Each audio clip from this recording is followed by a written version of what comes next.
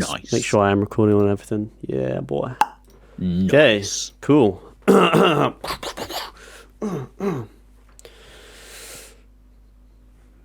Curiosity. It's a trait that is as entwined with humanity as our lust for warfare. Are you not supposed to say hello, welcome to Goats? True, I forgot about that part. Hello, I welcome was like, to Goats. this is funny. I was like, this is interesting. It's an interesting spin. Yeah, sorry, I just started reading directly from my script and I forgot to... I normally actually write down an intro of like, hey, welcome to Goats, but I just didn't Same. this time. I just Pre-match wrote, like, banter. Yeah, okay, right. Okay, let's have to improvise. Hello there, welcome to Goats, your favourite GEOTSE on the internet. That doesn't make sense. G-E. Yeah, I know, I'm immediately fucked Yods. up. Welcome to Yods.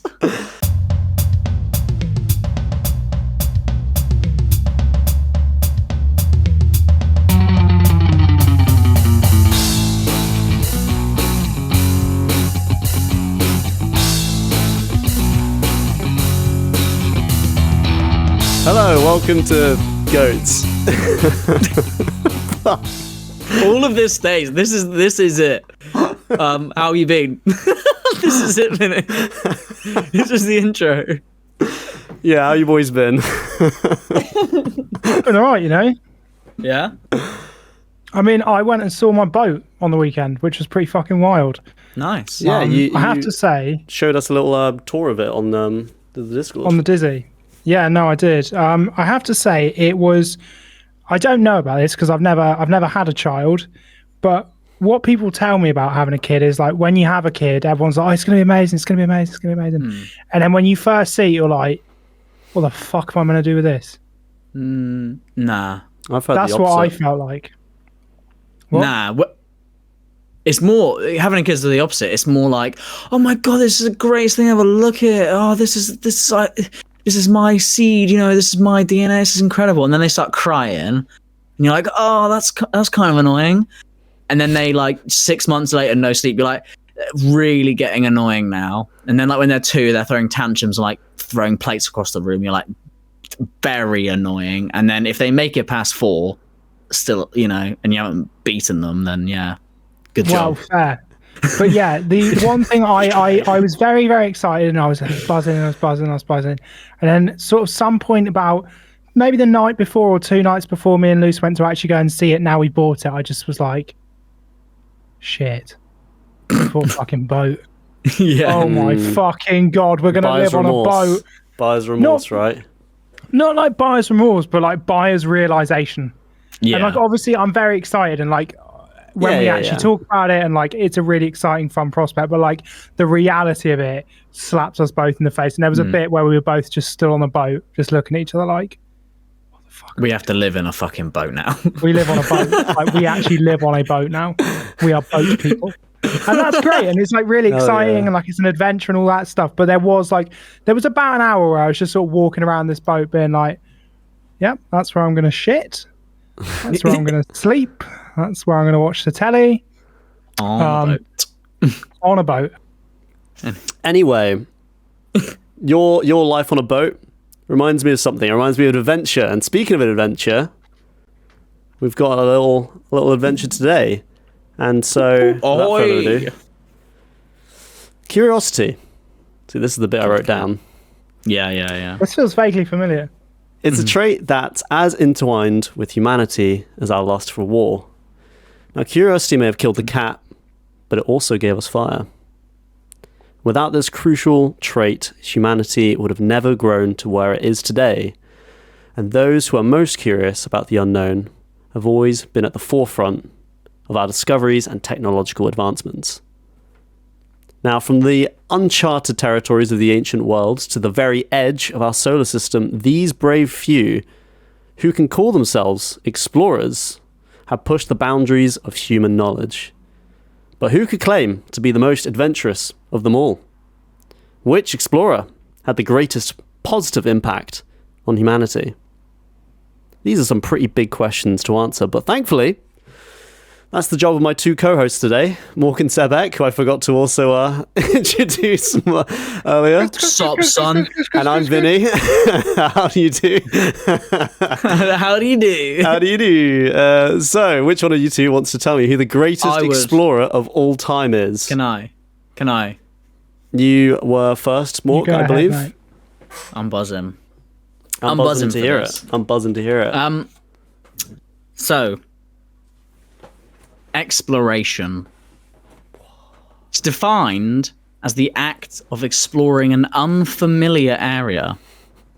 And I was thinking, right, every fucking week when I start talking, you two just start acting like total twats, and it puts me off on my like opening sentence. Like, fair enough, butt in with the odd little quip and that, but you can't be making stupid faces and stuff when I've not even finished the first line. No, what we do is we improv along to everything you're saying, so we act out the words you're saying like we're in an improv class. I understand that, but I can't read the fucking words and concentrate when out of the corner I can just see you go. It's for the people who can't hear. It's for our mute listeners, so they can see. You know, that means we're talking about exploring. They call them. What? Right. No. Mork, take it away. Okay. Take it away now. Exploration is defined as the act of exploring an unfamiliar area. And I was thinking about this definition and what we think of great explorers going into African jungles and discovering places like America and exploring deserts. And all of that sounds really cool and big. But as I thought more deeply about it, it's not really exploring when you think about it. Oh, no. And the reason I say that is because when someone goes and explores some deep part of Africa, it's only really unfamiliar from their perspective. Mm-hmm. And let's just look at an example. Christopher Columbus, one of the greatest explorers of all time. Everyone says that.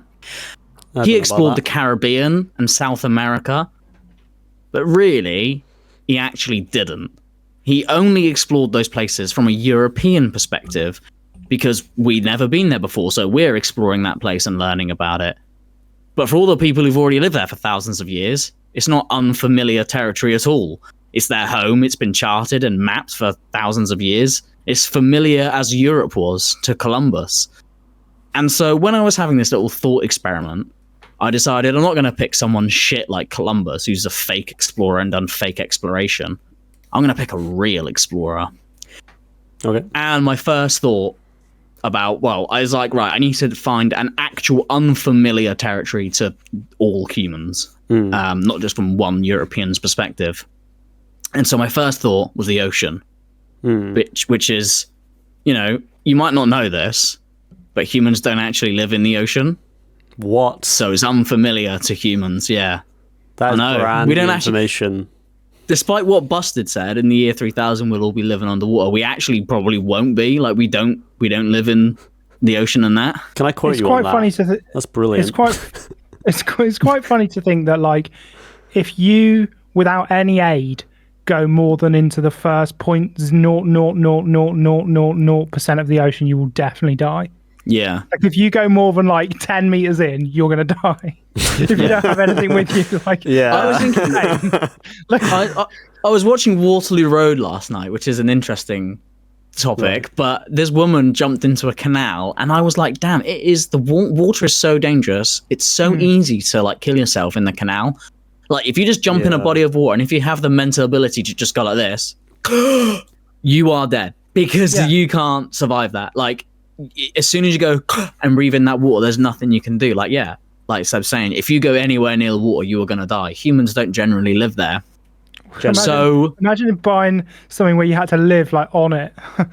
Yeah, on the water, like a fucking water person. Well, we can't say that. We're gonna have to bleep that one out. You can say water people. I think that's a slur. It's not a slur. They campaigned in the 70s over this, I think. No, they didn't. Shut up, Vinny. You know exactly what I'm talking about. You fucking twat. They used to call them warbs. Shut up, Tab. Right. So the ocean, it hasn't really been explored properly because, as we just said, you can't go in the deep bits. We can't really go in there and just like walk about and that. And it's all got to be like you've got to explore it from submarines. Like you can't really go around actually exploring the ocean. Not very deep So anyway. yeah, I was like, that's a bit fucking lame. Like, what? That's not proper exploring either, is it? It's not like cutting about there. You're just in a submarine. So then I thought about a guy he's a bit of a hero of mine, Richard Stanton. He is probably the world's greatest cave diver ever. And he's one of the guys who saved the kids' football team from the Thai cave rescue, which is an incredible story, which, hint, hint, might get covered by me on this show at some point, so no more about that. But Rick, as he's known, is a proper explorer. He's a proper explorer. Freak. He went to underwater caves and depths that no one has ever been to before. He laid lines down there and mapped them so now other people can go and traverse these places, not only with the exploration that he's done there, but also with the new techniques and skills that he actually invented to allow people to go and explore these completely unexplored places. Yeah. Which is really fucking cool. He is an absolute beast. And it was really hard not to pick him. But I then had another thought and was like, what's more unfamiliar to humans than underwater caves? What's more out of this world? And if you don't know where I'm headed with this, then look up to the sky right now and say to yourself, what's out there? How can we explore the stars? The most unfamiliar place in existence. And well, to finally get to the point of this whole presentation and discuss the thing I'm actually discussing, in 1969, a 3-man mission to the moon was undertaken to try and answer those very questions and go where no man has ever gone before. Damn. Up the bum. Now, they...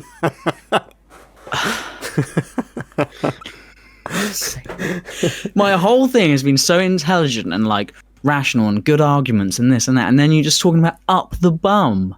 It's a good counter You're a argument, to be deviant, fair. Seb. If you don't ever put your penis inside itself, go where you don't go, mate. Up the bum. Exactly where no man's been before. Uncharted Pretty sure a territory. lot of mate. blokes have been up the bum. Yeah, but there's got to be the first bloke who done it.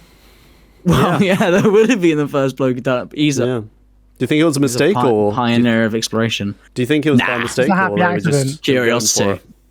He was curious. He was curious. He was the Columbus of his time. Or- when he first did anal. Or she, or he, whoever he was doing it with. Or they Could have slash been- them. Yeah. They could have just been so fucking horny. They were like, "Let's stick it in my shitter," and he was like, "Whoa, This whoa, conversation's whoa! gone fucking No down man's the ever gone there toilet." before." And that, ladies and gentlemen, is how we do a cold open. Fuck's sakes. I want to talk about Right. exploration, not fucking Okay. shit and Right. fuck. So, this 3-man mission set off from the Kennedy Space Station on the 16th of July, 1969.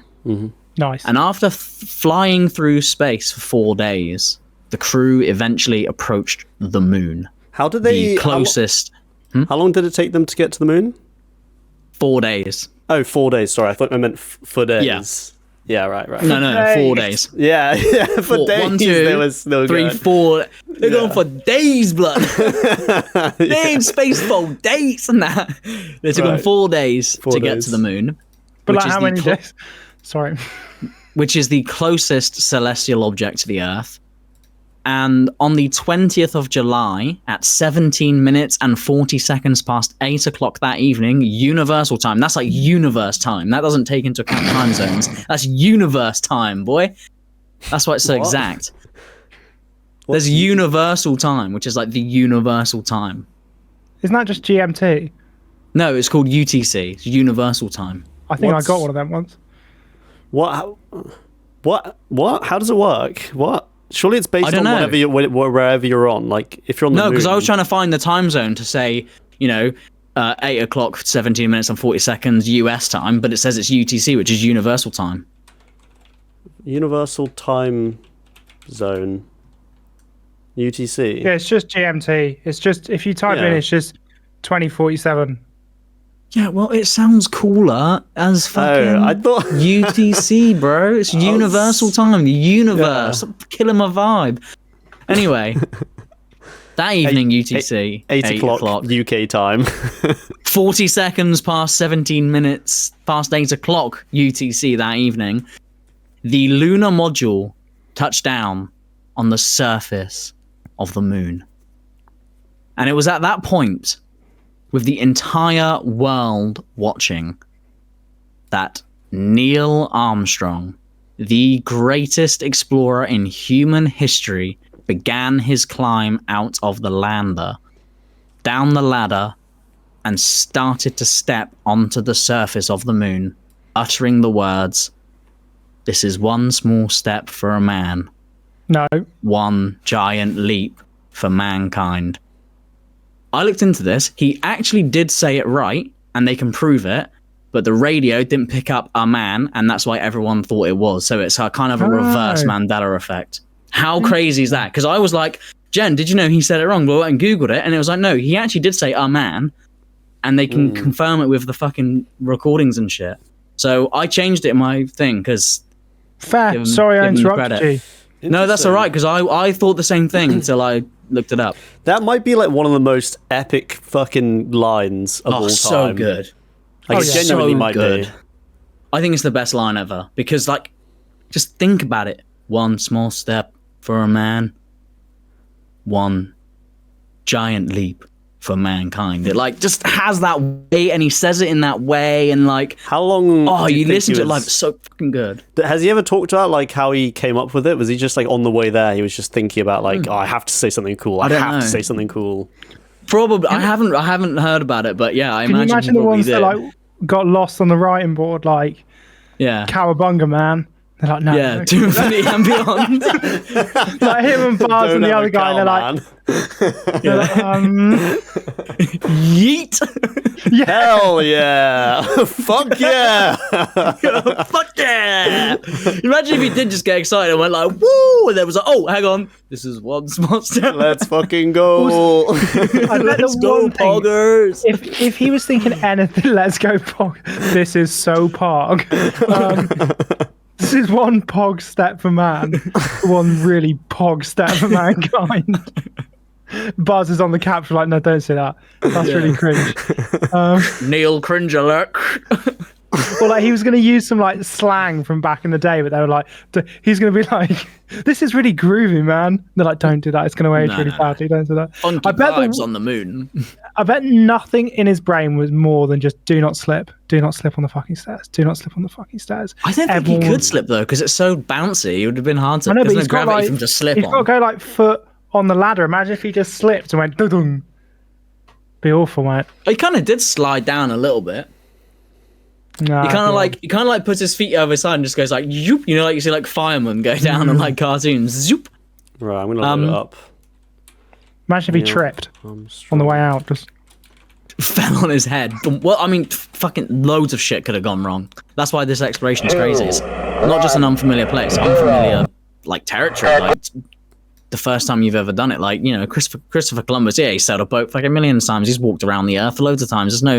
He's not gonna like slip getting onto America, and it's gonna be this crazy news story, is it? He'll just style it out. It's no problem. But Yeah, it does sort of jump off. yeah, exactly. But after saying these words, he then became the first person ever That we know of. to leave Earth and then set foot on another place in the universe. That we know of. And fuck off, innit? And from this moment on,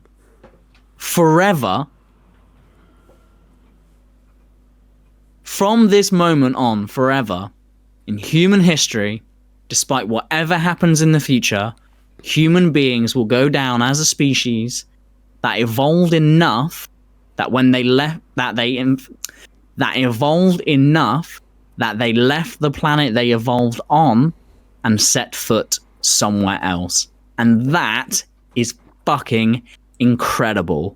And I'm going to tell you why. Because I want to say right now, before all you fucking normies come at me, before all you lot come at me and be like, oh, well, like, it's just a rock and that. Like, there's nothing there. Like, it's not even important and that. Like, no one even cares about the moon. It's just a rock. You're wrong.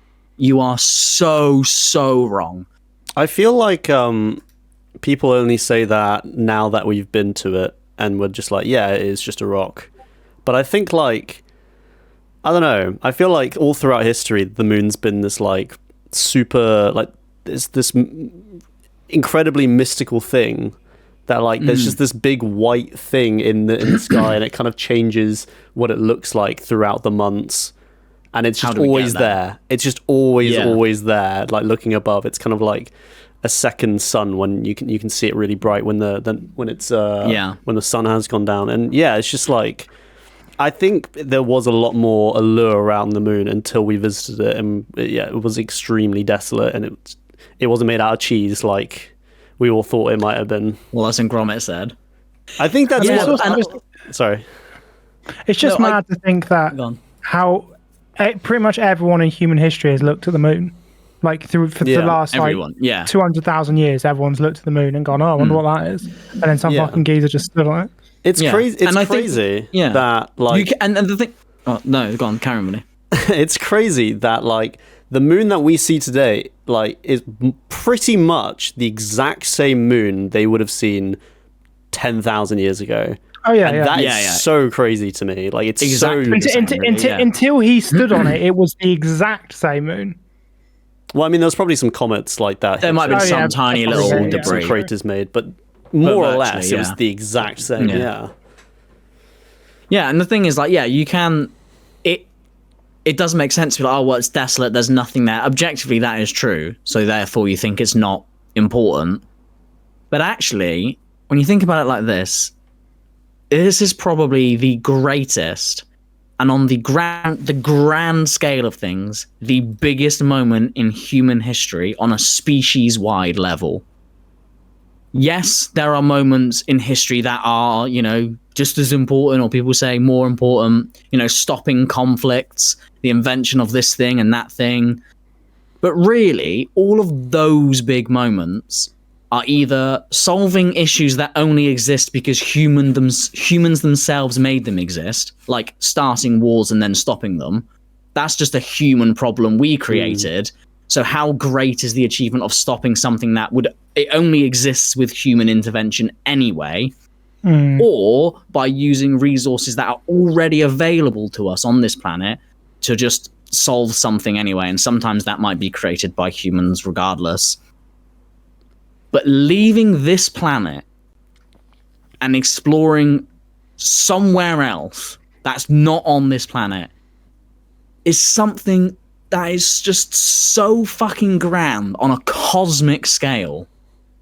Because, and you might not believe me, but there is more to the universe than just Earth. A lot more to the universe than just Earth. You're pumping out these great lines, by the way. And it's good, isn't it? Really, really thought-provoking lines. Really blew my mind. This is good shit. And as a species, to have evolved enough to be able to explore not the Earth, a little tiny slither of what else is out there, even if it's just the moon, is fucking incredible. Like, it's incredible. The chances and the odds of that are astronomically small. To think of all the species that have ever existed on this planet, 99.9% are extinct. 99.9% of all species ever existing on this planet are dead. Wow. And none of those left the Earth or evolved enough to do it. None of the ones we know of. Shut up. None of the ones that are still left on Earth now, that 0.1% that aren't extinct, that are still here, none of those left the Earth either. What about Only us, just humans. what about my mate's dog back when we were in year 2, and his dog got like taken by aliens? What would you have to say to that? None of those left us. I can't even entertain it. What are you talking about? Your mate's dog that got abducted by aliens? Oh, I know that's a lie because you only had one mate and I didn't have any dogs. Yeah, fair play. Well, no, he didn't have any mates because his other mate got abducted by aliens, isn't it?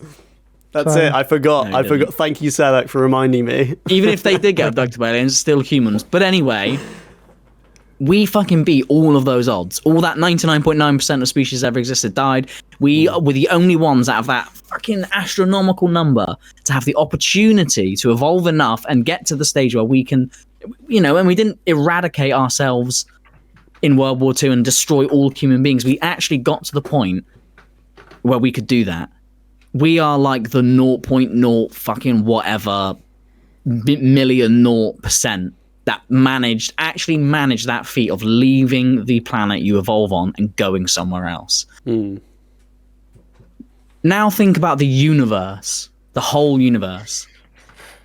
How many species are out there, right? How many species are out there? Who knows? We don't know. But let's use Earth's numbers as like a reference, because that's all we do know. And let's say, well, if 99.9% of our species are extinct, we can probably presume that that happens on every other planet with life. So 99.9% of those species are extinct as well. And then the chances of all the ones that are left, as we know, because only one, us, managed to leave the planet we evolved on and go to the moon. The chances of that actually happening in the entire universe, when you look at these numbers, as it did on Earth, are just as astronomically small, and they are in fact so small that potentially, and Brian Cox backed me up on this. Your mate Brian Cox? I spoke to him the other day. Yeah. No, I heard him talk about this. How's but his potentially, sound. Has he got kids? I don't know. He might be gay for all I know. I don't know. Yeah, I don't know. Yeah, my bro. Coxie. Yeah, you're best mates with him. You should know. Yeah. Oh yeah. Nah, he doesn't speak about his personal life. It's fine. But Okay.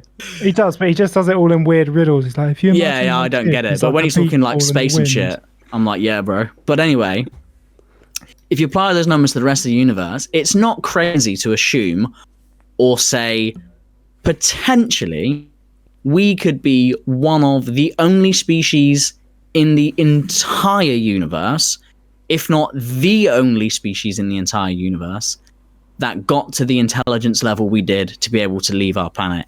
It is not unlikely, it's in fact very, very likely, human beings are the most intelligent beings in the entire universe when you do the numbers. And when you think, holy fuck, we might be the only species out of an almost infinite billions of galaxies, billions of stars, and trillions of planets out there, some of which may have life on, we are the only ones to go from Earth to somewhere else. That fucking blows your mind. And so then the fact, Brian Cox? Yeah, he said it could be likely that we are the most intelligent species out there. It could be likely. In the universe. It could be likely, as in like maybe. Yeah, maybe. It's not like stupid to assume that we might be the only. No, but like it's not a crazy thing to suggest that we might be the most intelligent life that exists. I mean, I trust Brian Cox. When you look at the chances, he's a smarter man than I am, so I'm sure he's got more. Because he was talking about how like it took us 4.5 billion years for the Earth to get here. I will say we might be the outlier. You bigged it up as being like pretty much known to be true, but it's amazing. It's a fucking could be. I don't know. Maybe it's big. Maybe for me it's good enough, because you would assume in the trillions of galaxies and planets, and it would be guaranteed that there would be another species that done it. But the fact that maybe it's only us in that infinite vastness of space is pretty crazy. The thing is, maybe I'll marry, Jennifer Aniston. I won't, but maybe. Do you see what I mean? No, because there's no rational deduction that you can.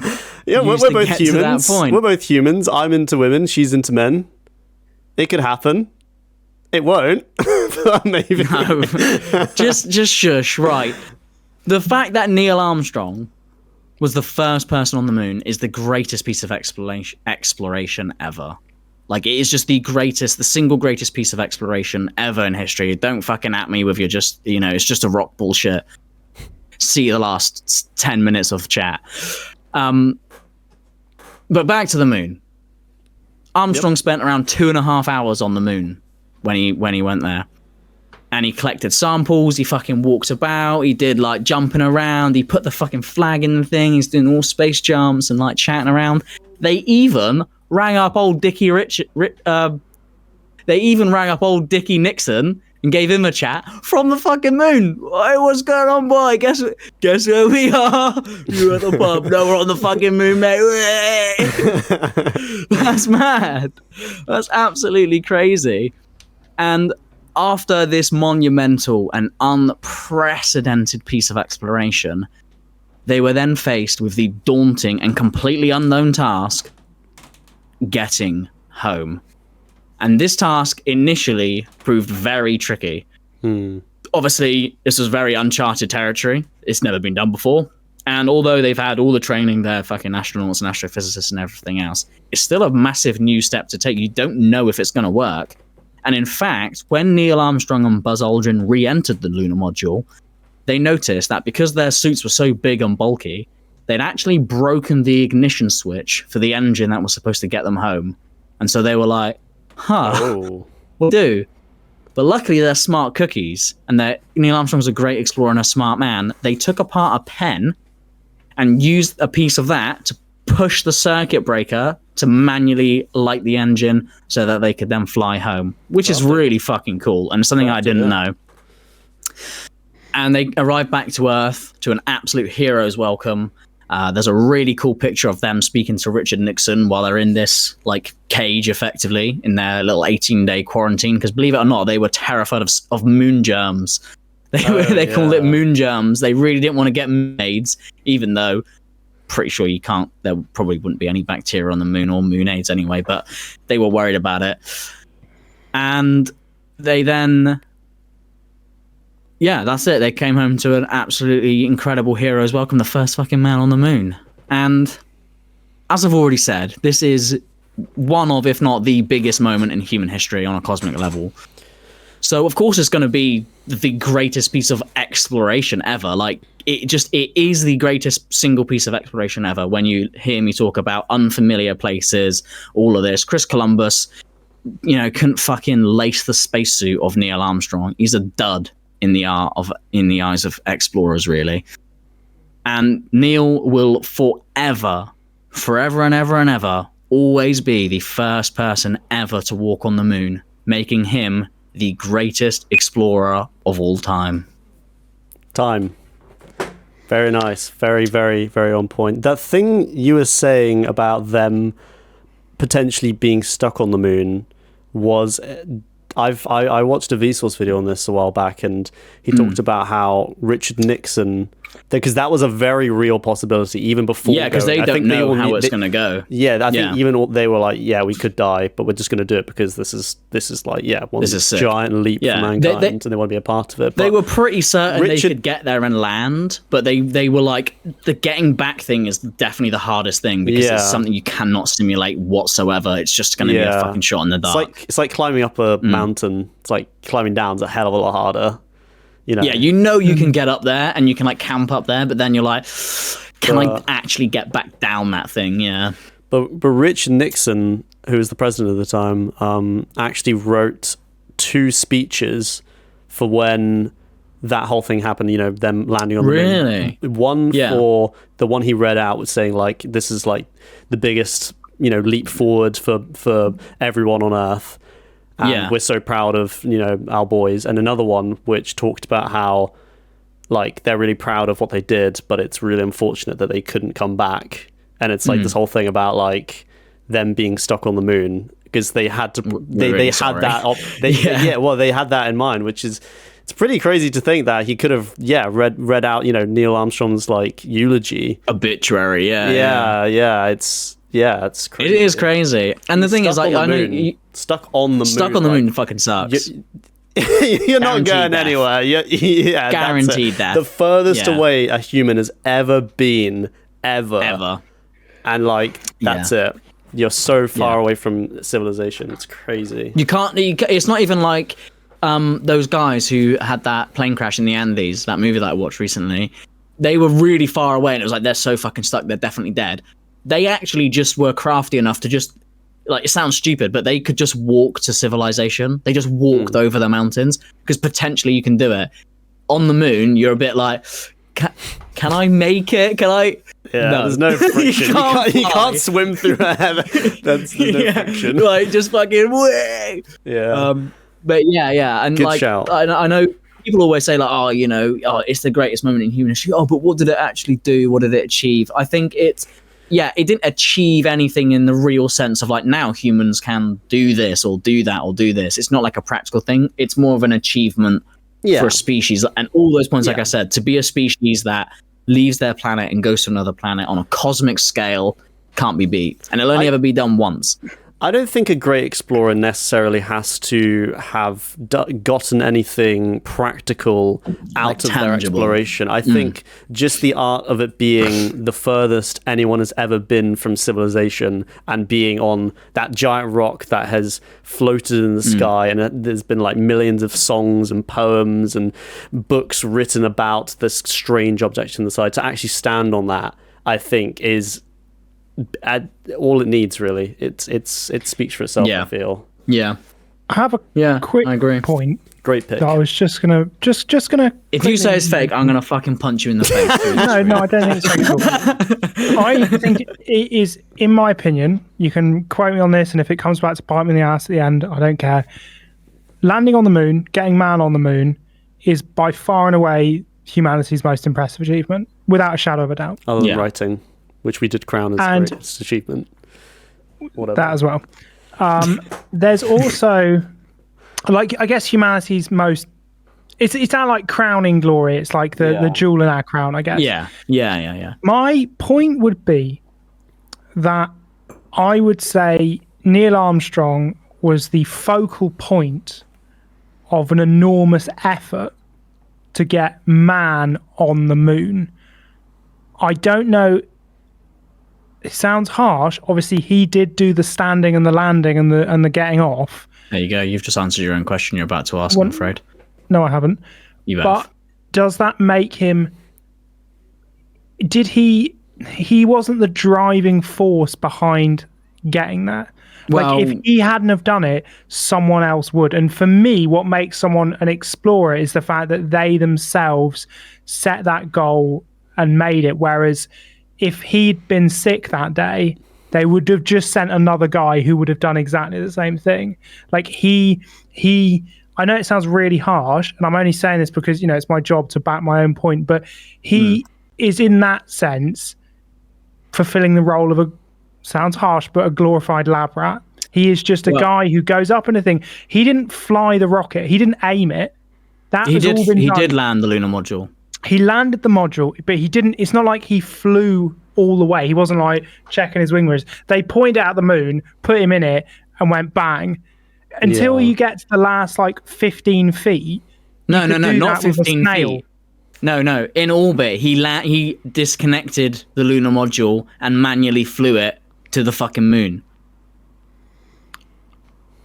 But if he hadn't have done that, someone else would. Like, he didn't. But that's irrelevant. It makes him the greatest explorer because exploration is defined as the act of exploring an unfamiliar area.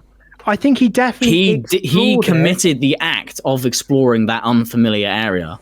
But and I think he was more influential in the program than you think, because I was having this conversation with Jen. Like, let's not forget, they're not just pilots. An astronaut is not just a bloke. It's like a race car driver who doesn't build the car, doesn't know how the car works. He just sits in it and pushes the pedals and steers. They helped design and build, and they had to know the fucking ins and outs of that rocket to the nth degree so that they could do shit like, we broke the switch. how do we fix it? I don't know. I just know how to fly it, mate. No, they knew how everything was built. They knew where every electrical wire was, every component, so that they could go, right, get a fucking pen, open this shit up, shove it in this thing here, do this little... Like, they're physicists and scientists and astronauts. Yeah, like, they're extremely well trained. Multitude of skills. They're extremely well trained, all astronauts, and Neil Armstrong definitely was no... He was not one of the top astronauts. He was on the Gemini program, the early Apollo program. Intelligent, extremely learned man, an extremely prepared man. Like, it's the physical as well as the mental side of doing something like that is insane, especially because how much money has gone into it, the pressure of fucking landing that, lunar, whatever the hell you call it. The lunar module, yeah. Lunar module on the moon, I think is, well, in this case it made diamonds, I think. But... I see what you're saying, Seb. I understand your point as well, Seb. It's a conglomerate. It's the whole of the US. It's a big part. Putting all their resources into it. And if Neil was sick on the day, there'd be another person to. They have sent somewhere else. But the thing is, they didn't. And who did the exploring? Who did the first exploring of the moon? Not everything else. Who did the actual exploration of the moon first? Neil Armstrong. That's just the. My point to that would be, and this is just all I'm saying, is like, if you took this out of the context of the moon and put it somewhere else, like, I don't know, hint towards my pick in the future, one of the poles, right? And you get to one of the poles and a whole team of people designs a special balloon that flies you all the way to the pole, and it's got all these hundreds of billions of dollars in it and thousands and thousands of man hours and thousands of scientists and thousands of mathematicians have worked out, and it lands exactly where it's supposed to. Does just the first guy who happens to get off the balloon, is he the explorer? Yeah. You go, he achieved that feat because think about it in the reverse. Did the guy who made the balloon but sat in England, did he explore the pole? No. There you go. But I just don't know if it makes you a great explorer to be the guy who got off. The act of exploring an unfamiliar area, that's what you have to do. I think we should move on because we are 45 minutes No, I think into we this. should. I think that lands us nicely into the middle section. Where I've got a quiz. So this is going to be a little bit different from the regular quizzes, maybe. It's essentially a geography quiz because, with the act of exploring is a lot of going all the way around, the world and all the crevices, all the countries, all the new nations or whatever. And so, essentially I've got a geography quiz. What I'm going to do, how this is going to work, I'll have a country in mind, and then you'll each take it in turns saying a yes or no question. And now, 20 questions, what country am I thinking of? Essentially 20 questions, what country am I thinking of? If you say a question and you know the answer, you can just say the answer. If it, if you've just said the question, as in if it's on your kind of turn. On my turn. So if I say, is it close to this place, and you say yes, and I got France, and you know it is, and it's France, then you can make your guess. Yeah. Okay. Yeah. Okay. So Morky went first. So Sebek, the quiz. You can go first. Give me first question. Is it in Europe? Yes. Mork. Okay, so I was going to ask, is it in the Northern Hemisphere, but is it in Europe is fine. Is it in Europe? Is the currency the euro? We'll have to look up all the stuff because I didn't write all this. Yes. Oh, shit. I was hoping it'd be the reverse and narrow it down massively. Is it fucking England? Yes. No, carry on. Do they speak a Germanic language? Oh, God. It's do they speak a Latin derivative? I would say no. It's going to say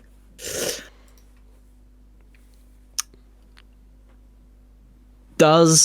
No, that's a shit question. Is there a mountain range in this country?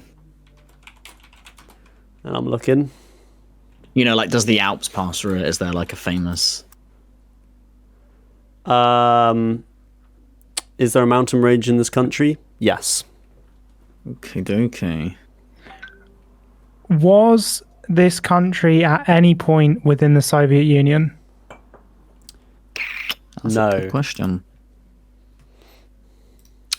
No. Okay, and there is a mountain range, so that. So.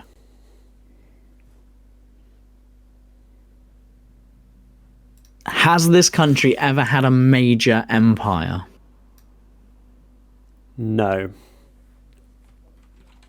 That was a great question. Does this country have a water border, like a sea border? Yes. That's what I was going to ask, but a lot of them have. Do you want to answer, or?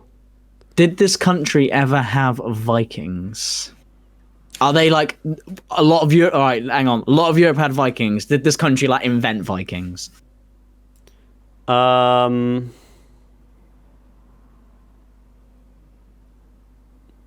going to say no. Okay. Norway. No. I'm pretty sure Norway had Vikings. Yeah, I know they did, but it's like, did they invent it? Probably they were the They ones that invent did. Vikings. Yeah. Go on, Sebek.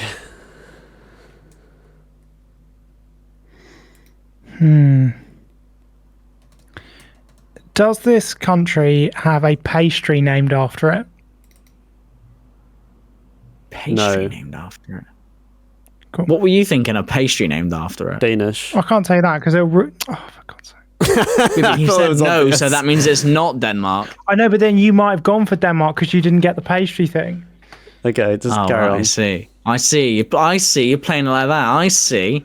Can I ask what about colours of the flag? That might be useful. I'm What just trying to colour are think the about- feet? No, I'm joking. Has this country ever won the Euros football men's No. tournament? No.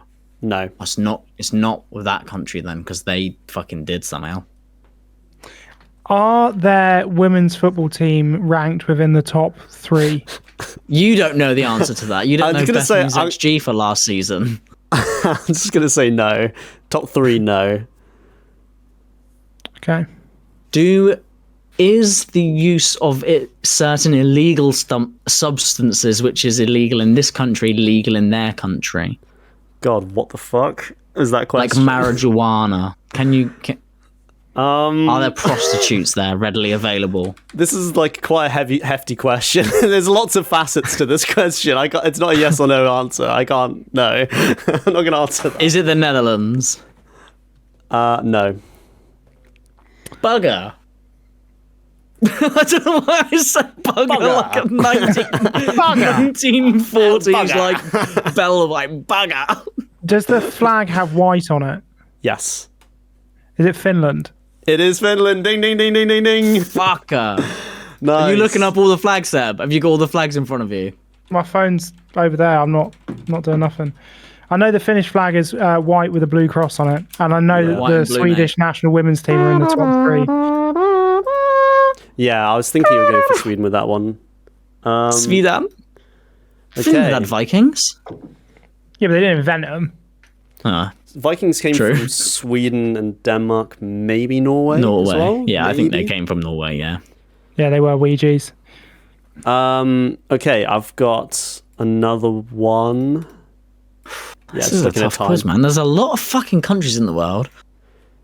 Yeah, I tried to. I picked ones that you guys have definitely heard of. I'm just going to put it out there. They're not Not like, like Mauritius. yeah, or like Mauritania, Yeah. or like the Sicily Isles. Burkina whatever the fuck it's Faso. called. Yeah, Burkina Faso. But so you guys Is it will Madagascar? will know these ones. So yeah, Sebek. No, it's Mork. Is it in the Northern Hemisphere? Mork, you're right. No, Okay, Southern. could be Shall we have a central. globe in here? Could be Central Hemisphere, Is The Central Hemisphere. like Ecuador. They're on the equator. Is that how it works? Ecuador. No. How does that work? No country is like perfectly on the equator, is it? But yeah, no. Is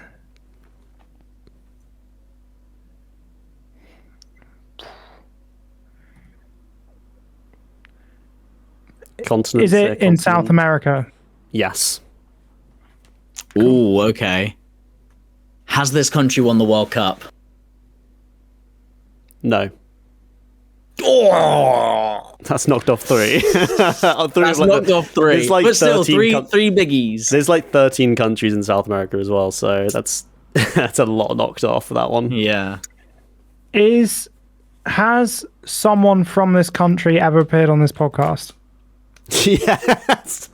Is it Chile? Yes. Fuck's sake, that's such a good. That's gonna be my next answer. Oh, there it is. I was then gonna ask, does the Andes run through this country? And I would have gone with Chile. Andes, what, the twins? It's Hot Fuzz. Oh, Okay, right. That was great. Sevek. We've got another country. Mm-hmm. Go for it. Give me a question.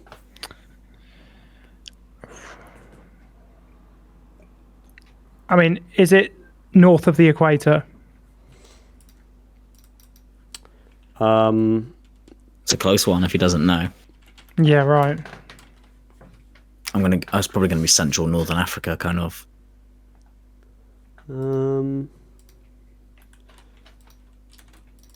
Equator. Yeah, it sort of gives it away if I have to look it up. Is it north of the equator? Was your question? Yes, it's north of the equator. Well, yeah, northern hemisphere. Isn't that just what northern hemisphere means? Yeah. Yeah.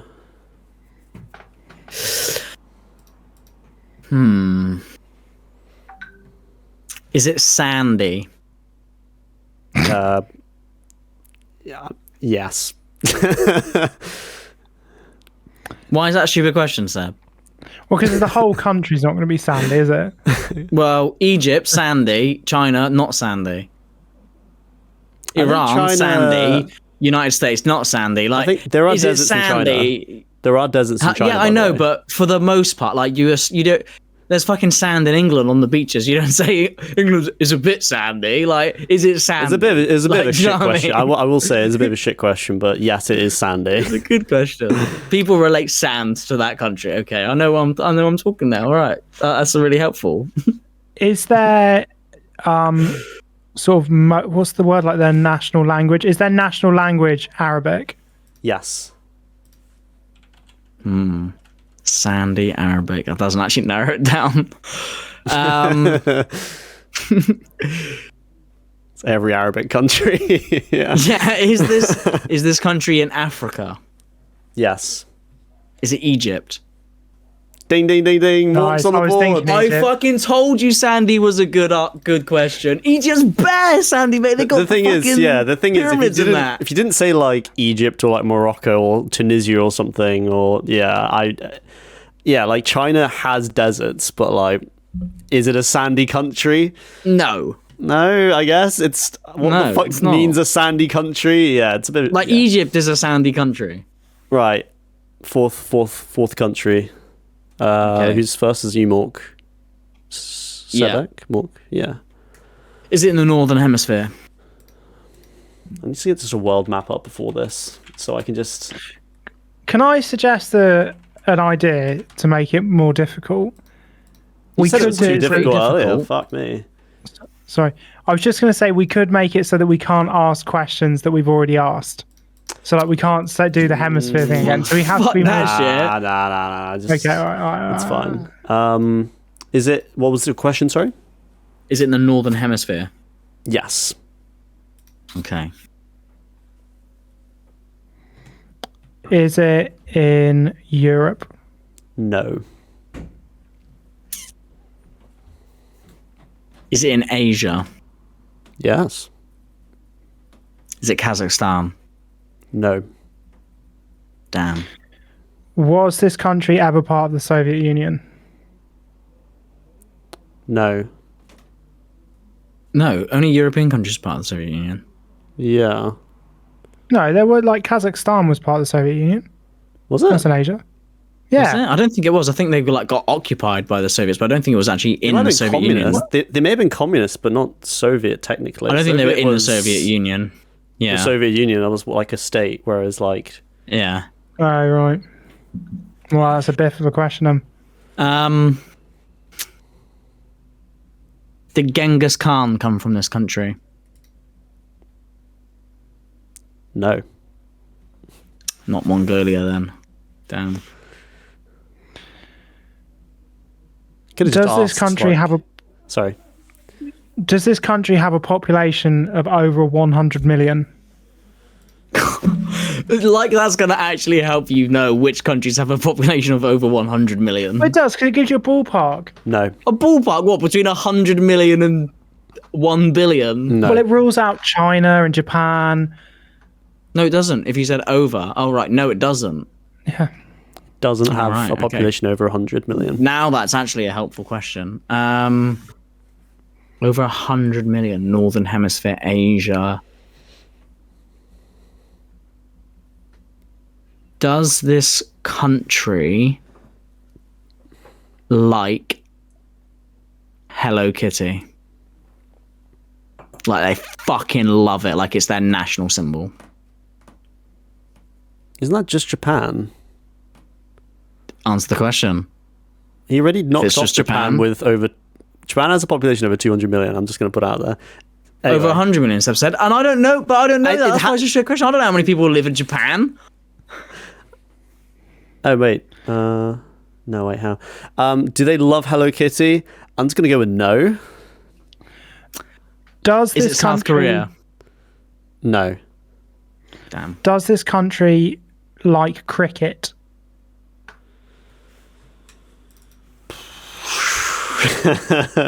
um, Like cricket? Which I country do you think mean- about likes cricket in Asia? they've got a team. I don't know if that means they like it or not. They like it enough to have a team. I think Seb's thinking India. No, he can't be thinking India because it's got to be less than 100 million. You're thinking West Is it Indies. Pakistan? No. Ooh, thinking Pakistan. Wasn't Kazakhstan. Not over 100 million. Fucking hell. Not South Korea. It's not fucking North Korea, is it? Is that your question? Yeah, his don't question is, know. it's not fucking North Korea, is it? No. That's your question. That's your question. What? That's your answer. Okay. That's your answer. Is it North Korea? No. No. Right, Sebek, just Sebek, go. Does this country... Fuck. Not does this country fuck. Does this country...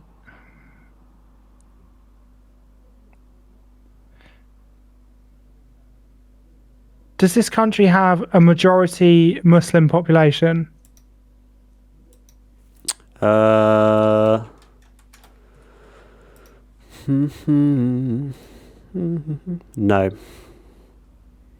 No, that is interesting.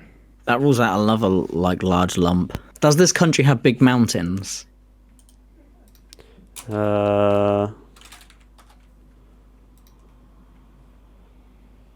Yes. It's not Nepal, is it? Is it Nepal? It is not Nepal. They got That was a mountains. great shout. Nepal was a great shout. They got big ass mountains in Nepal. They got the mate. biggest ass mountain, mate. They got some big fucking mountains.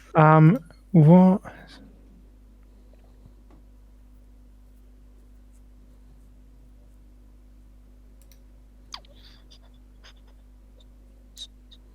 Are the majority of the population ethnically white? No. Ooh. Fucking. Vietnam. Ding, ding, ding, ding. He's got Yes. Nice. Just a stab in the dark. it. Wow. 2 apiece, boys. 2 apiece. Fucking hell. So that was... This is a very tough quiz. Think of a country. You guys are The getting worst it, bit is though. You guys are getting it. yeah, it's tough. I was jokingly going to ask, was this country ever invaded by America? But because I thought it was in the Middle East, and that would have been really helpful. But I just didn't think of it. Yeah. Like once we knocked off the Middle East, I was like, oh, I guess not then. Yeah. Yeah, when you asked if it was like Soviet, I was like, does he know it's Vietnam? Because I was thinking like Yeah. you might have thought that it was Soviet, but that it was just communist, not Soviet. Yeah. Yeah. I should have said if they did they have a communist. Anyway, Yeah. We live and learn. You're at 2 apiece. We live and learn. 2 apiece, and there's one last question. Okay, the decider. So who goes first? I forgot. Sebi, I think. Go Cool. for it, Seb.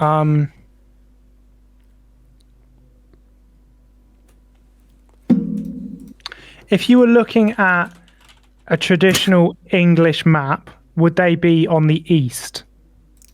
Traditional English map. Like you know, like Like the how world map you see in school. Our map has Britain in the middle. Yeah. Don't all maps have that, or is it just because we're... No, America has the America in the middle. God, that's And like weird. Russia, like cut off half. Yeah, it's fucking stupid. So, But America's got to be the center of the world. Is it? Are you saying is it east? Is it? Sorry, what was your question? Is it east of us? Would you describe it as the east? No. As you look at a map, or actually cool. geographically, Cool. is that as you look at the map, or like in real life? It's obviously the reverse, isn't it? What? No, It's not. It's not east of us. Right. It's not the east, right? That's fine. It's not the Okay. east. It's not within the east of us. Is it in the North Hemisphere? Yes. Is it in the Americas? No. Ooh. Greenland. That was a shot in the dark. No. Well, that's a big fucking country that's next to us and not in America. Is it in Europe? Yes. Cool. Iceland. No. Stop. Step back. Ask real questions. You Don't said just- you said it's west of England. All of Europe is surely east of England. No, I said, is it in the east? Like, is it in like Russia, China, Japan? Yeah, that's like known as the east. Yeah, like a but that political is. thing, I We're the guess. west. They're the But east. where's the cutoff? I That's know like a we're cultural technically the thing. west, but that's a cus- cultural well, I guess cutoff. the Poland's cutoff kind of in the really- middle. I'd say Poland's kind of in the middle. Yeah, yeah, Europe, at least. Yeah. Right, so not actually the east as you look at a map. That's no, why I was no. asking about the map thing. That's I'm not fucking stupid for saying that. You literally just meant eastern countries as a cultural thing. Is it? Do they speak a Latin language?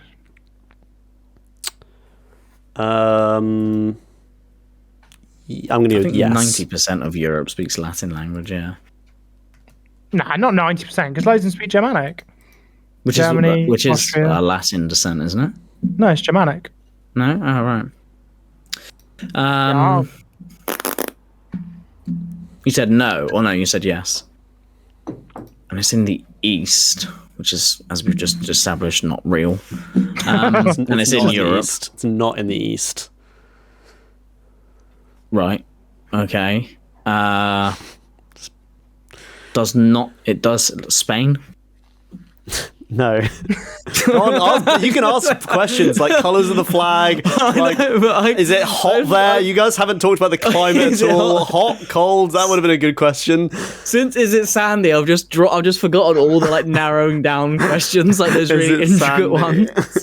ones. Wait, that helped me. Go on, boys. is this Okay. country's men's football team in the top 10 and ranked by FIFA? He doesn't know the FIFA rankings. Oh, I want to look it Yeah, but you up. can Google it. Oh yeah, true. Men's FIFA rankings. Yes. Oh, see that? It's narrowed it down. It has. Narrowed it down to 10. Not that you're allowed to fucking Google it, Mork. I'm not gonna Google it. I'm just trying to think what the. Well, it doesn't narrow it down to 10 because not all 10 of those the FIFA rankings is worldwide, so you don't know how many European teams are in that FIFA rankings. Don't Narrowed give it them down too many even more. answers. Only if you know which European nations Mork. get in that number 10. Teamwork. Ask a question, not just shot in the darkness. Do they like spaghetti?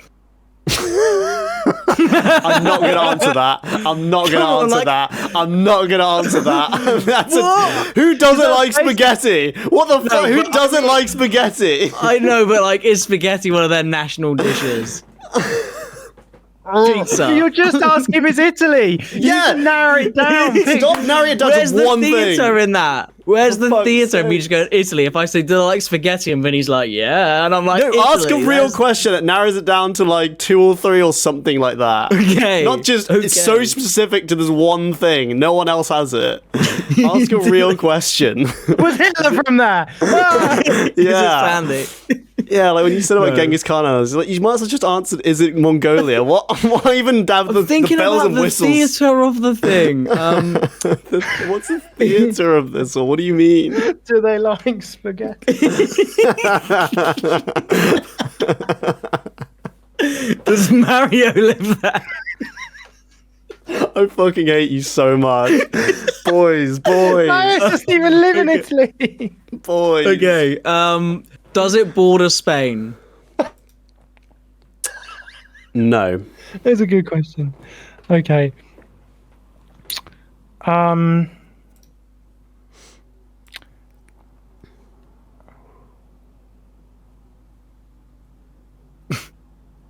Don't say do they like spaghetti.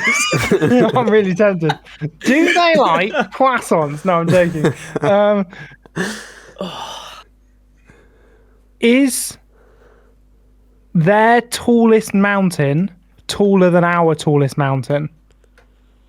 Is that tallest? Gosh. So yes, no answer. You know, I was just Yeah, I just need to look up these outside mountain heights. Yeah. That's like, I don't know off the top of my head, funnily enough. Doesn't even know if this country likes spaghetti or not. No. It's not right. That's interesting. Okay, yeah. Top 10 FIFA rankings. Is it Belgium? Latin- Nope. Top 10 FIFA rankings. Latin derivatives are not Germanic. Oh fuck! Not Germanic. Belgium. Fucking hell, mate. Pull yourself together. Top 10 FIFA rankings. Who would that be? They don't border Spain, so that rules out Portugal and France. I feel like Is it fucking England? Ding, ding, ding, ding. you motherfucker, mate. You prick. You could have said no. Do they like spaghetti? No. Also, that question, I can see how you got a bit flummoxed by is their tallest mountain taller than Yeah. our tallest mountain? Yeah. And also the whole He time sold that very well. yeah, the thing is, like, I knew all the things obviously very quickly, but I just pretended to look it up because I didn't want Yeah, to just be like, yep, no, and then just like, obviously it's probably You England or fucker something. with East thing. You fucker with the East thing. Seriously. Yeah, when you're like east of us, I was like, no, England isn't east of England, I think. Damn it.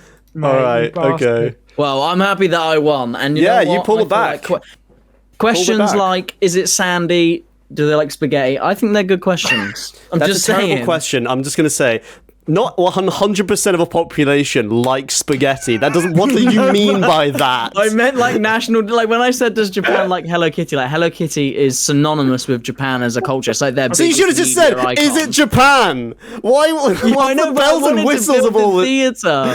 Stop saying the theatre. What? That's, you're not. What is this word you're using? This isn't a play or whatever. What the fuck? Entertainment. For fuck's sake! Right, I'm sick of hearing your voice. I want to hear someone else's voice on. Fair enough.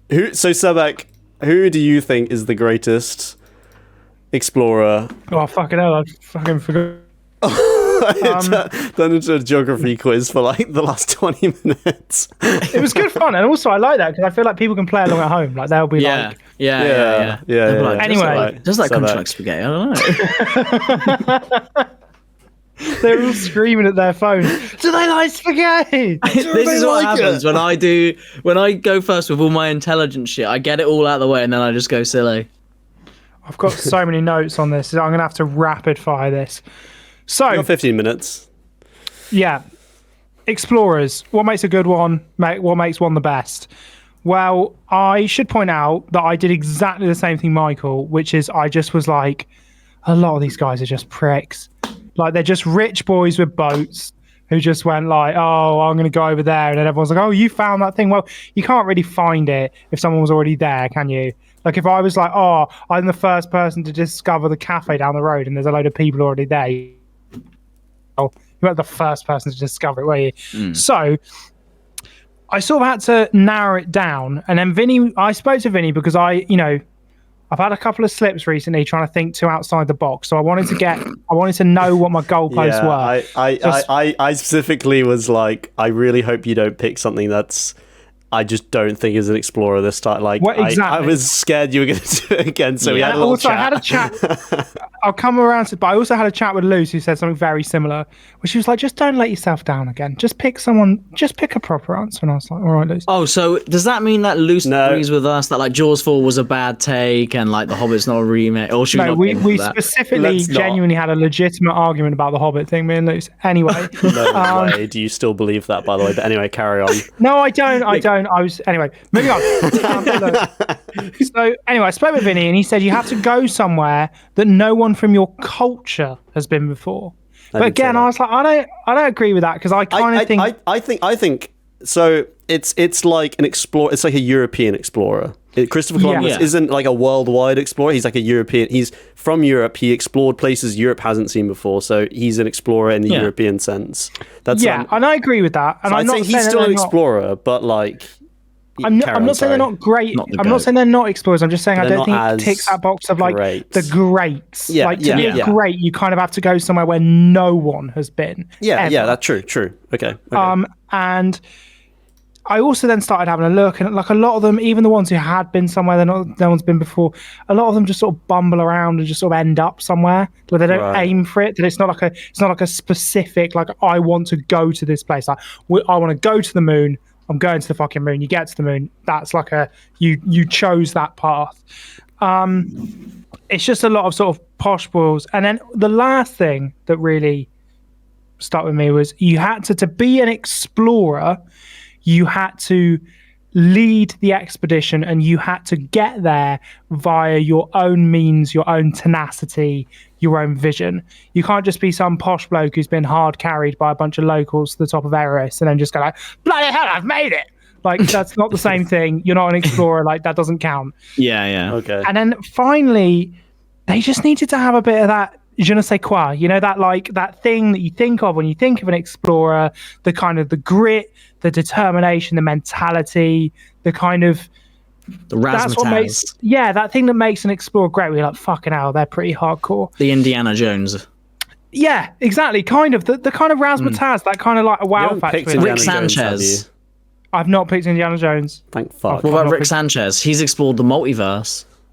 I didn't do any of this because would be a better answer than Neil Armstrong, hands down. My only joke answer that I was going to give was the first man to find a female orgasm, but then I realised no one's ever done it, so I was like, well, that's a good future answer. Shots fired at you, blokes. Please, your women, blokes. Get fucked, blokes. The trouble is I came up with all these qualifiers, and I started looking, I was like, I can't find anyone who ticks all these boxes. Like, they were all just like rich wankers who bought a boat and like got a billion like sailors to just like sail them somewhere, and I'm like, look, I found America. And it's like, well, did you? No, the Americans that are already there are already there. So then I had the genius stroke of asking my girlfriend Lucy, and she literally, I was just like mentioning, I was like, I've got all these things, I'm really struggling to find someone. Go downstairs, come back up, and she's like, I found this guy, and I was like, all right, tell me about him. She told me about him, and I was like, perfect. We should get her on the show. We should. I've long said this. What did she think about The Hobbit? Was it a remake from her point of view? No. Moving on. Let's not get talk her on. Please. I don't want to bring up that again.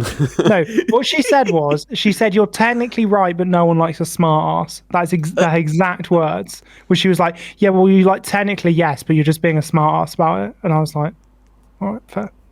Which is true. It's but very which explorer true. did she say?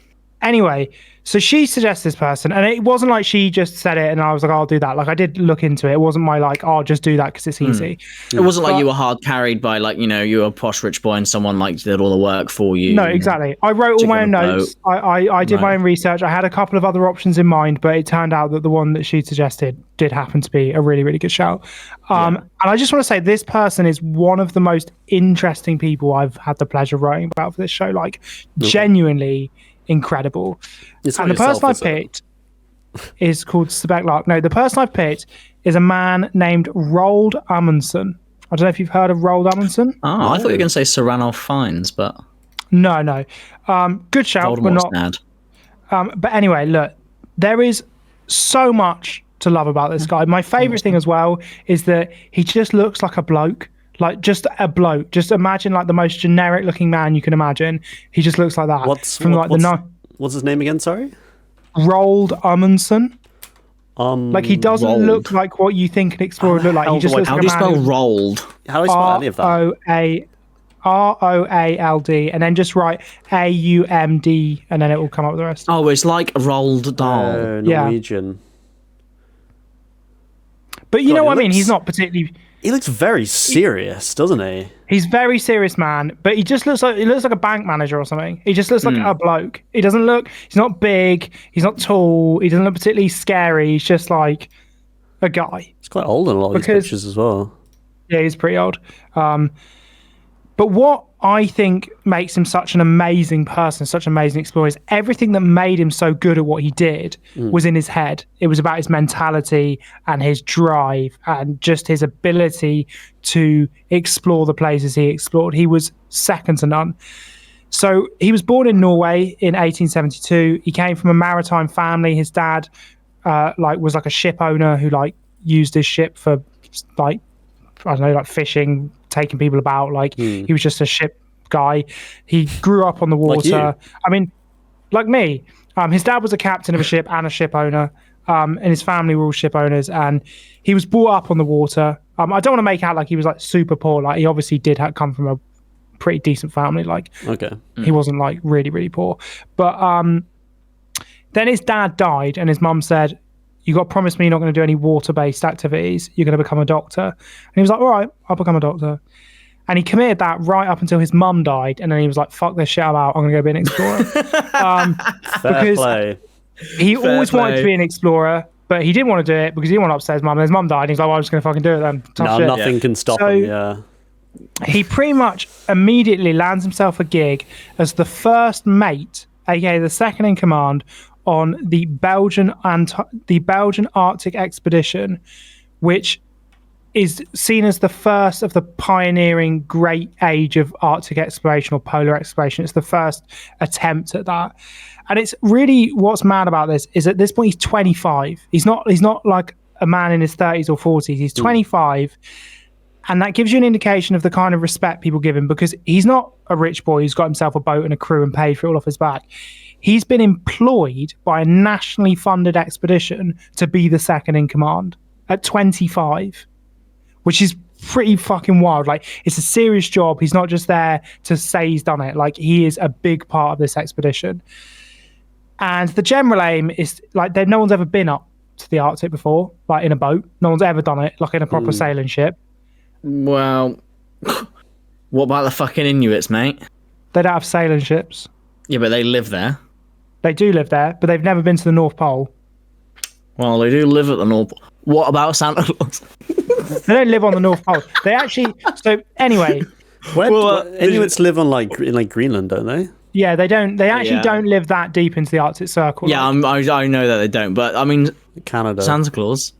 Anyway, this isn't what he explored. This is just background. Moon landing's fake, so by the way. He goes up there, and basically their idea is just sort of go about, have a go. Like, no one's ever done it before. No one's taken a sailing ship up into the ice like that before. And it turns out no one's taken a sailing ship up into the ice for good reason, because they go up in the summer, it's all gravy, they're sailing about, having a look at stuff. Winter comes in, what happens? They die. Classic thing, the boat fucking freezes. Yeah. Everything stops, they can't go anywhere. And this is where he really comes into his own, because this is where Amundsen shows his absolute mettle. And he, as a 25-year-old young man, decides to be the driving force behind the survival of this expedition. And what I think is so impressive about this is, like, I don't mean to fire shots at you, Mork, but to me, going up to the moon, 4 days there, 4 days back, is hard. I'm not saying it's not scary. I'm not saying it's not difficult, but it is over in a week. He was in the frigid, freezing Arctic. Space is colder. But they've got all the suit, like the fucking thing's air conditioned. They're not out in it. They're not like fucking yomping about. Anyway, he's out there in that frigid, freezing cold for a year. And immediately the whole crew just start falling apart. Like, everyone's freaking out. They can't get home. No one was expecting to be away from home this long. They got no food. They got no supplies. And he's like, right, we just got to get out of this. Like, we've just got to do it. So basically, entirely thanks to him and the ship's doctor. So the ship's doctor says, right, everyone's going to die if we don't get enough vitamins, because all we've got is like fucking shit biscuits and dry bread. We need to eat offal, which is like guts of animals. And so Roald Amundsen and this doctor just start going out every day. They're just fucking killing seals and wolves, and he's out there like a big fucking scary bear man, just killing shit. And him and this guy basically single-handedly get this expedition through till spring, where the ice thaws, and they get everyone home. And they're like, Jesus Christ, that was fucking close. And everyone's like, we should never do that again. And he's like, I'm going to do it again. And this, I think, is the thing that makes Roald Amundsen probably one of the great explorers, in my opinion, is that what he does is he learns from his previous expeditions. He is a machine at adapting and overcoming problems. So his next expedition is to be the first person ever to sail the Northwest Passage. Now, that sounds quite boring, and I didn't really know what it was. And to be honest with you, at first, I didn't really care. I Googled what it is, and it is genuinely, at the time, they thought it was going to be really important. It turned out not to be, for some very obvious reasons looking back. Effectively, what they imagined was the Northwest Passage is a passage of water that goes over the top of Canada and connects the Atlantic to the Pacific. So you could get to America by going over the top, not around the bottom. And before the Suez Canal was built, that was a very, very, very valuable prospect to be able to do that. However, because it's fucking freezing and the sea keeps freezing over, it's really dangerous. But he learns from his mistakes, and he goes, right, well, I'm not going to take a massive boat, big old ass sailing ship like we tried the first time. We're going to take a small fishing ship with 6 guys on it. So you've gone from an expedition with like 50 guys to 6. And he's like, and it works. It's genius, because what it means is he can hug the coast, because he doesn't have to take this boat out into really deep water. He doesn't need to be worried about getting scuttled. He can also weave in and out of ice flows and stuff like that, because this boat is nimble. He also fits it with a diesel engine rather than trying to do it by sail, which at the time was slower but much more reliable, and he didn't have to worry about the wind. And they start chugging their way through.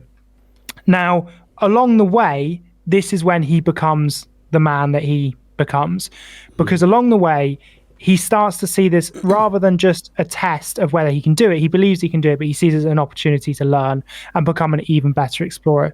So he starts pulling in Inuit settlements along the way, and he basically says to them, he becomes close with them and says, I want to learn everything you know about surviving in this climate. And that sounds ridiculous, but at the time that was crazy, because everyone just looked at them as like a bunch of savages who didn't know what they were talking about, and just like, and they literally, yeah, and it changes Arctic exploration. His contact with the Inuit people and actually taking on board what they had to say changes polar exploration forever, because he goes and sees them, and he immediately notices 2 things. Firstly, they don't use horses and they don't use boats; they use dogs and sleighs. And secondly, they don't wear cotton or wool, they wear animal fur. And these two discoveries, as well as a whole litany of other small survival things, like how to fish and all that, but those were the two big things that they teach him. And they dump everything on the boat that they brought with them, like all of the clothes and all of the shit that they've been given, and they basically just resupply with Inuit provisions, like Inuit clothes, Inuit survival stuff, because they're like, well, these guys know what they're doing. Yeah. The result, the travel through the Northwest Passage, it's not that bad. He makes it. It takes him about a year, but he does it because he's able to learn and look at what these people are doing. Yeah. And this becomes the crowning achievement of the newly formed independent Norway, which was previously owned by other countries. It's now an independent nation. He's like the first person to do this thing. He's actually on the expedition when Norway gains its independence, which is kind of wild. And then he emails the king. He doesn't email him, he sends him like a telegram, and he's like, look, mate, we've fucking done this thing. The king's buzzing. And I think that alone would be a very impressive feat. But that's not what he's known for. Because what he's known for is he gets home and he's like, I'm just a pure fucking G. I ain't never stopping. And he's like, right, what's something no one's ever done? Well, he drops a fucking rap track 100 years before rap was invented. I'm a pure fucking G. I just have to say, you got like 3 minutes left, and you're like, right, but that's not actually why he's good. And then you go on to say but he's good because he's an absolute G when he gets home. It's not his crowning achievement. It's not his crowning achievement. So basically, he pretty quickly decides, right, I want to do something that no one's ever done before. Because like you said, the Inuit people are on that ice floe that he's fucking dicking about. He's just learning. That's what I was going to say. He's not like, actually explored I need to that. do something that is game changing. So he goes, right, okay, North Pole. I'm going to go to the North Pole. Right. Fucking easy said, easy done. He starts planning this trip. He gets all the funds. He gets the boat. He's like he's asked newspapers to sponsor him and all this stuff. And then some fucking Americans say they've done it. Now, it would later turn out that they might not have done. They might have lied, but he doesn't know that.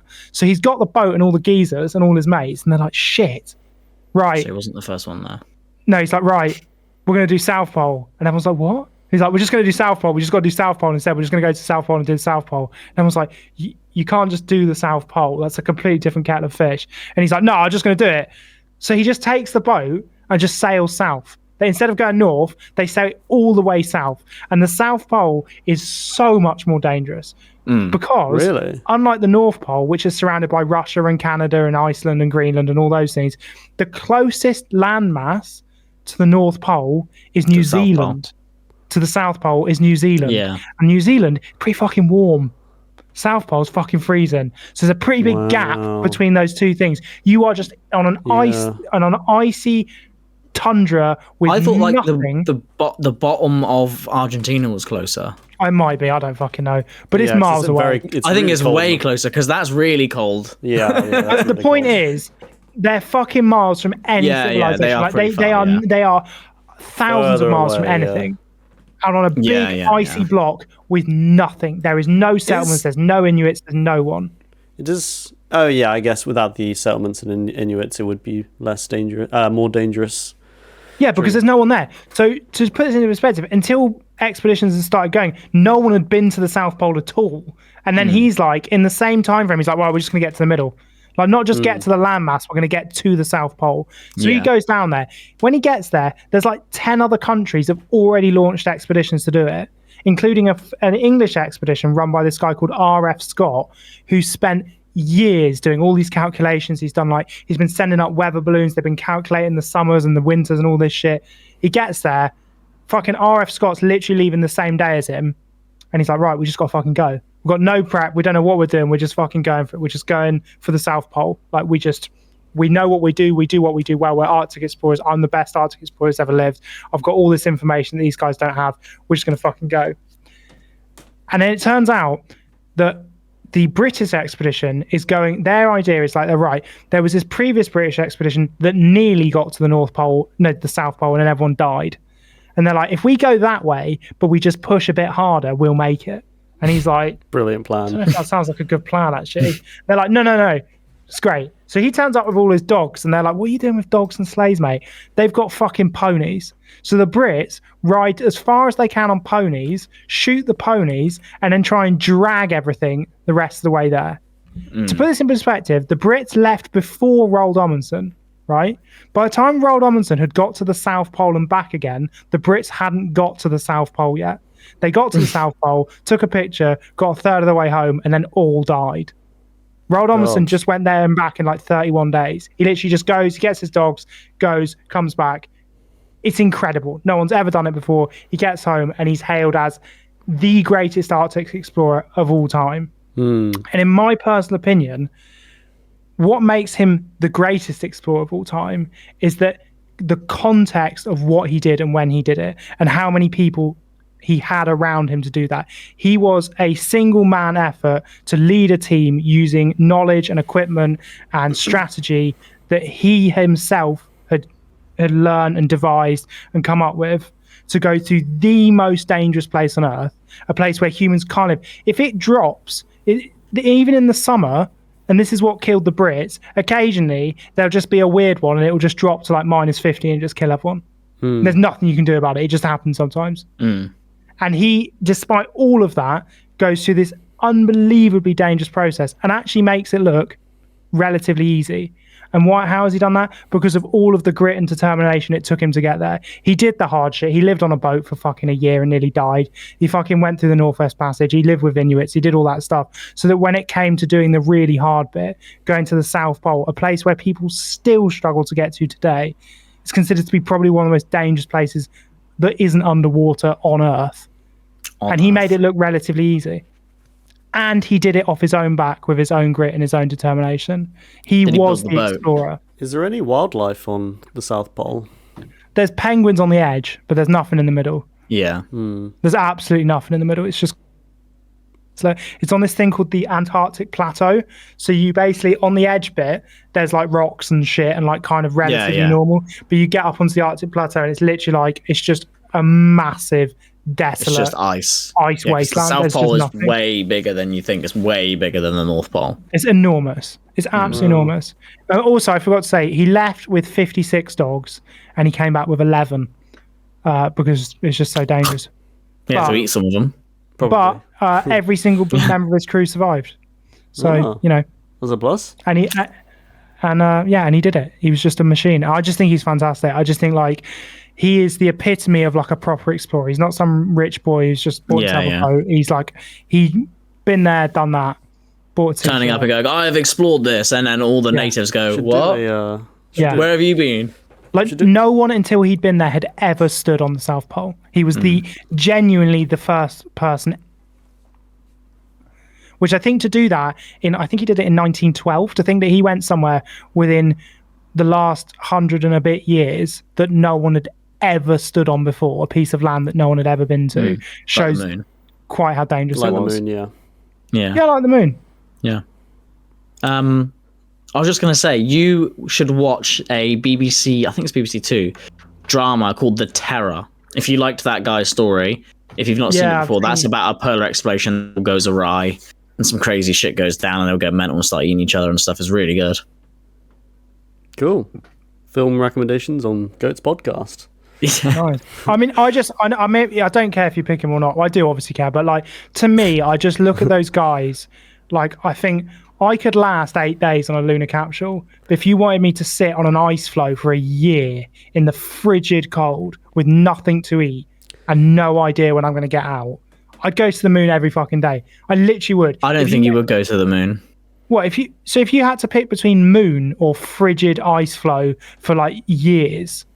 I'd go to the moon based on, well, you said it took 31 days to go to the South Pole, right? That's his crowning achievement. That's his crown, but I also don't, we're not talking about the greatest exploration achievement. We're talking about the great all-round explorer. And like the other stuff he did, surviving on that ice floe, navigating the Northwest Passage. I would rather do that. What? I would rather go to the moon for selfish reasons. What? Learn to be you couldn't go to the moon, not a chance, because you don't know how to fly a spaceship, operate controls, operate a lunar lander, do anything. Imagine getting to the moon, not knowing what button to press, and just being like, I'm stuck. What? Well, yeah, but you would. No, because you would get there, break the lever like they did, and be like, I'm fucked. How do I get out? I can't, like... I guess my argument would be you're thinking it's all automatic. Like, but you think... No, but I'm... skills or knowledge to get to the South Pole either. You'd have to learn either way. And if I had to learn to be an astronaut and spend 8 days on an astronaut, being an astronaut going there and back, or learn to be a polar explorer and spend a year on a frozen ice plane with nothing to eat, I'd definitely do the astronaut. 100%. Every day of the week. I think. So yeah, you said it earlier. We're not doing greatest exploration like achievement, like single achievement. We're doing greatest explorer, like the person, how great they were at exploring. So yeah, it's quite interesting because, like you said, he basically, it sounds like he lived and breathed exploring. Well, how often? How long was he doing it for? He did it his entire life. He actually died. So he never married, never did anything. He just did exploring. He died at in his 50s. He was flying a plane to try and find another expedition that had got lost in the Antarctic, and he wasn't flying it. He was like a passenger, and they just never came home. They think they crashed in the ICC. So he just did it until it killed him. Basically, he was just non-stop. So someone who dedicated his life to exploring and reaching the South Pole, I think, is a massive human achievement. It's crazy to get there in 1912 as well. Like when we don't even have aircraft really, not quite primitive aircraft. I don't even have tanks at that point, right? No. I also 1914 or 15, I think, was the tanks. But on the other side of that, it's like Antarctica isn't that cool? It's a pretty cool place to go. I didn't even get that until you started laughing. I didn't mean to say that. Comparing the Antarctic to the moon. The moon, like I was saying earlier, was this deeply romantic and mystical object that's just always been there. But the Antarctic, I mean, I don't know how long people, civilization as a whole, has known about the Antarctic, and also it's a pretty barren and wasteland kind of place. It's interesting that it's the southernmost point of the Earth, but the moon, it's just really hard. Yeah, it's really hard. I'm not doubting that. I'm absolutely not down to that. And it sounds, I mean, I can't say whether one's harder than the other without. I'm fucking going to the moon. Yeah, going to the moon, going to the South Pole in 1912. Yeah, I don't fucking know. I would say 100% as a collective achievement, getting to the moon is harder. That's why they didn't do it for another 50 years. It is. Yeah, you needed more technological advancements to be made before you could even have that conversation. My point is, it's not about the achievement, it's about the person who did it. And my argument, I'll come back to it, is it's not Neil Armstrong did an amazing thing, but he wasn't the driving force behind that mission. He was the guy who happened to be on the ship that day, whereas Roald Amundsen, he was the reason that all of those things got done, and he as a human being was the epitome of an explorer. But I can still say that doesn't not make Neil Armstrong a great explorer, because, like I said in the very opening thing of my thing, exploration is defined as an act of exploring an unfamiliar place, and Neil Armstrong explored the greatest act of exploring an unfamiliar place any human being has ever done. Yeah, definitely. He committed the greatest act of exploration ever, but does that make him the greatest explorer? That's kind of the point. I mean, he's gone where no one's been before, to the most, so. But what has he done after that? Other than just talking about how he's been on the moon? He worked at NASA, helped them a whole bunch after that to complete subsequent missions. Because, Seb just thinks he's just a bloke who they just strapped to a rocket and said, right off your fuck, without knowing what he's doing. He actually does know every single thing about rockets and space and everything else. He then went to be a university professor, professing on all that stuff. Yeah, so he, as a human being, despite Seb thinking he's just a monkey strapped to a rocket with no brain, just banging cymbals, he knows how to build spaceships and do all crazy shit as well. I don't think he can take credit for getting to the moon. He can say he was the first person to do it. You can't necessarily take credit for getting to the moon, but none of those people who can take the credit for getting man to the moon, none of those people can take credit for exploring the moon. They didn't jump around on the moon and pick up moon rocks for the first time ever, and they were jumped around for the first time ever to do that. They might have jumped around and picked up, Antarctic ice rocks. That might have been quite a fun. Play golf. do all that fun stuff. On the Drop Anak the clock. hammer and a fucking feather, and they just fall different. It's Improved all this Yeah. mathematics and science and stuff, and proved that moon AIDS doesn't exist. Antarctica AIDS. Yeah.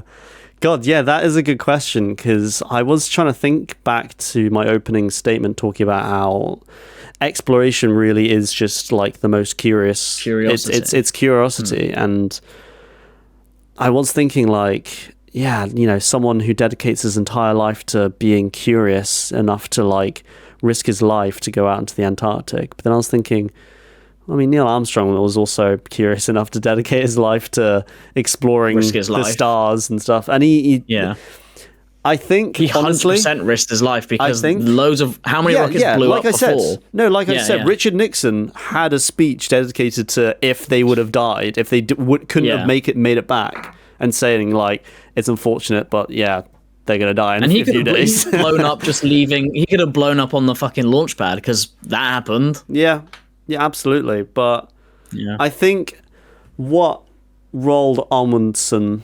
am I saying it right?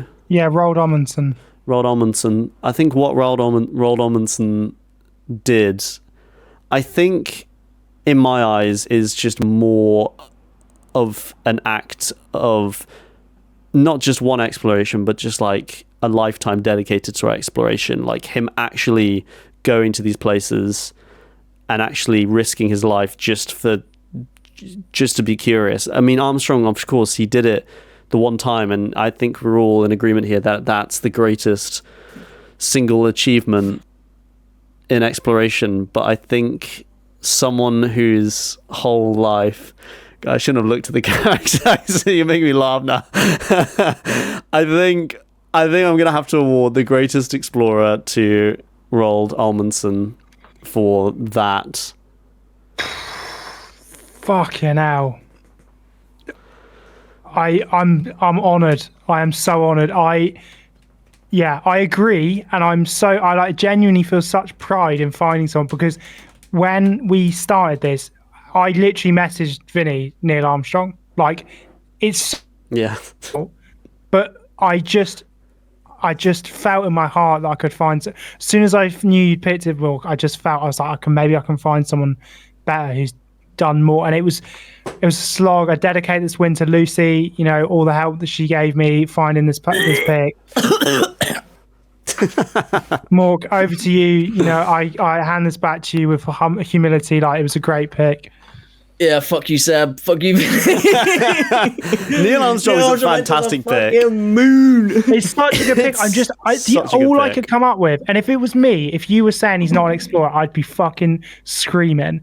But yeah, I was keeping a cool head when you were like, Neil Armstrong didn't actually do jack shit. I was just like, you are fucking. I'm not gonna go to the bait. We've had too many arguments on this podcast. I'm gonna be a good boy. But no, it's a great pick. But yeah, I'm buzzing with that win. What guy? All that stuff about mathematics of species never going to the moon, and what some fucking Norwegian blokes went on some snow. But my point still stands as a moment of exploration. I think it is the greatest. But as 100%. as a person who is an explorer, someone who is an explorer, I think he kind of takes the cake a little bit. I think I understand that logic. It is a really hard thing, because the moon is just this incredible. Like the other day, in fact, I was just like looking at the moon. Me and my mates were watching a movie, and I saw out the window is like almost a full moon, and I just started staring at it, and I kind of started fixating at it. And the more I could look at it, the more I looked at it, the more I sort of could see the details in like the cracks and the craters, the crevices, the mountains, the cliffs. And the more I start to see those details, and it's kind of a stupid thing to say, I think, but the more real the moon became to me. Like it's not stupid. I had this actual like realization that yes, that is something that is fucking massive, but it's so far away. But because it's so massive, even though it's fucking thousands and thousands of miles away, we can still see it. because it's so fucking You can still big. see its shape. Yeah, And yeah, it's yeah. just like this. No, I thing don't think that's just stupid. I always think been lots of there. people look at space and think it's not real. It's not tangible. You can't relate to it. It's like a dot. It looks like a dot. Like, what can I? Yeah. Yeah. Like I Yeah, find no, that when I get your logic yeah. with this guy, whatever his name was, Roald Dahl. I understand the logic in you Amundsen. crowning him that. I wholeheartedly disagree with your choice. That's fair. Not to throw shade at Roald Dahl, he was good. Roald Amundsen. But yeah, I You are can't say throwing I'm shade? not disappointed. On to the next one. I think it's almost. On to the next game. Do you know what is unfortunate? Is that the moon landing is such an ace card. Like, if it was greatest engineering achievement, but it's just, I'm just not sure he counts fully as an explorer. No, he does. Okay, You can't say he's not an explorer. No, He no, definitely sorry, no, is one of the greatest. sorry, I said I think he is one of the greats, but I don't think he's definitely the he's great. definitely an explorer, but I'm not sure. Yeah, no, I don't know even why I said that. It was depends so how you like- measure. It depends how you Yeah. measure it. It 100%. depends on If what I- your subjective measurement of it is. He Because didn't he's go back obviously to the moon. He didn't go out of space again. He stayed on Earth for the rest of his life. Yeah. Yeah, it depends how you measure what. Yeah, it's a very subjective thing of what you personally think makes you a great. Yeah, because I'm not gonna lie. I was pretty much convinced by Neil Armstrong by the end of your speech, Mork. But yeah, Ronald Amundsen. Reasons. If I'd gone last, if I'd gone second, mate, get the fucking stats up. We're not doing the stats thing again because I proved that there was no like correlation. Oh dear. Well, all my Neil Armstrong passion for nothing. See you next week. I was a good. No, next it was week. good. I was good. No, I Oh my really God, I enjoyed really speaking enjoyed about it. that. I love writing about it because I'm obsessed with space. I love that shit if you can't tell. know So you I Yeah, always being know able it's to a good speak about one it. when I forget we're recording. Like, I had a moment there. I was like, oh shit, we're recording this. Yeah, Like, I was yeah. just I had excited to go and talk check, about make it. sure it's still recording. Yeah, you're like, oh yeah, we are. Yeah, right. That was Goat Explorer. Shout outs to Roald Amundsen. I've got it up on Google. I keep having to refer to it every time I look at it. Nice. I'm just trying to remember it. But yeah, thank you very much for listening to that. And we'll see you next week for episode 85, Goat Art Movement. So Ooh. on the edge of your seats for that one. I'm judging this one, right? You're judging this one, Mork, so don't you Oh worry. yeah, I knew the logic behind it. Yeah, because Okay. I don't know or give a fuck about art, so it would be good for me to. That makes you the best judge, the fact that you don't give a fuck about the Yeah. subject. Yeah. Well, I can be perfectly impartial. I've no bias. And I can breathe a silent sigh of relief that my girlfriend not only knows about history, but also spent 3 years at art school. Let's go, baby. Yeah, Vinny, just I'm remember actually- that I love MS Paint drawings. Well, I'm gonna pick like Ringo Starr and his MS Paint drawing movement. Have you seen Oh, this? mate, yeah. Greatest art movement, flash animation. Is that an art movement? Yeah, what? Yeah. Yeah. I mean, it depends what you define by art. Like, you could say like If everyone a just song started is throwing art. shit at the wall and they'll take modern, it would be an art movement, wouldn't it? The shit throwers. I feel like we should just say that we're not gonna pick the general sense of art, but like paintings and shit. You know, like sculptures and Yeah. traditional Video art. games. Not video games. Yeah, cool. Well, yeah, Right. arty next week. Cool. Cheers. And without further ado, love you. Bye. Love you, bye. Love you, bye. I always nearly hit disconnect.